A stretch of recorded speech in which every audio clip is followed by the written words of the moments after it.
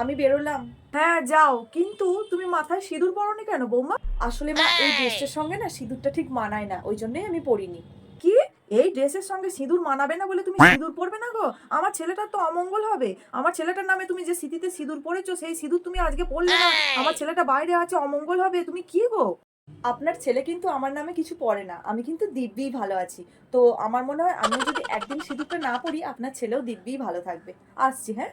দেখো বৌমা, খাটের ওপর দেখলাম ভিজে তোয়ালেটা পড়ে আছে, ওর জামা কাপড়গুলো কাঁচা হয়নি, ঢাই করে পড়ে আছে। তো এই কাজগুলো তো তোমারই কাজ, ও কি করবে নাকি? ও বেটা ছেলে মানুষ, ও কাজে যায়, 5টা কাজের মধ্যে থাকে, এইসব কাজগুলো করার জন্যই তো তোমাকেও বিয়ে করে এনেছে, ওই কাজগুলো করো। ও আচ্ছা, তাহলে আমাকে আনা হয়েছে চাকরানি হিসাবে, বাড়ির বউ হিসাবে নয়, তাই তো? আচ্ছা মা, আপনি কেন শেখাননি আপনার ছেলেকে যে নিজের কাজটা ছোট থেকে নিজেকেই করতে হয়? আমার বাবাও তো নিজের কাজ নিজেই করে, আমরাও তো সবাই নিজের কাজ নিজেই করি। তাহলে আপনার ছেলে কেন করবে না? নিজের জামা কাচা, সামান্য চান করে যে ভিজা টাওয়ালটা সেটা মেলবে না, এগুলো কেন করবে না? এগুলো তো আপনার শেখানো উচিত ছিল, তাই না? আজকে রাত্রে আমি সুজি খেয়ে নেবো, কারণ আমি আজকে রুটি খেতে পারবো না, আমার গলায় প্রচন্ড ব্যথা হয়েছে। ও আচ্ছা, তো গলায় তো ব্যথা হবে, যার অত মুখের বুলি, অত গলার জোর, অত চ্যাটাং চ্যাটাং কথা, তার গলায় ব্যথা হবে না? আপনি তো আমার থেকে আরো বেশি জোরে জোরে চেঁচান, বেশি জোরে জোরে সবসময় ঝগড়া করেন, তাহলে গলায় ব্যথাটা সবসময় আপনারই থাকা উচিত ছিল, তাই না? কি? যত বড় মুখ না তত বড় কথা, বাবু আসুক আজকে।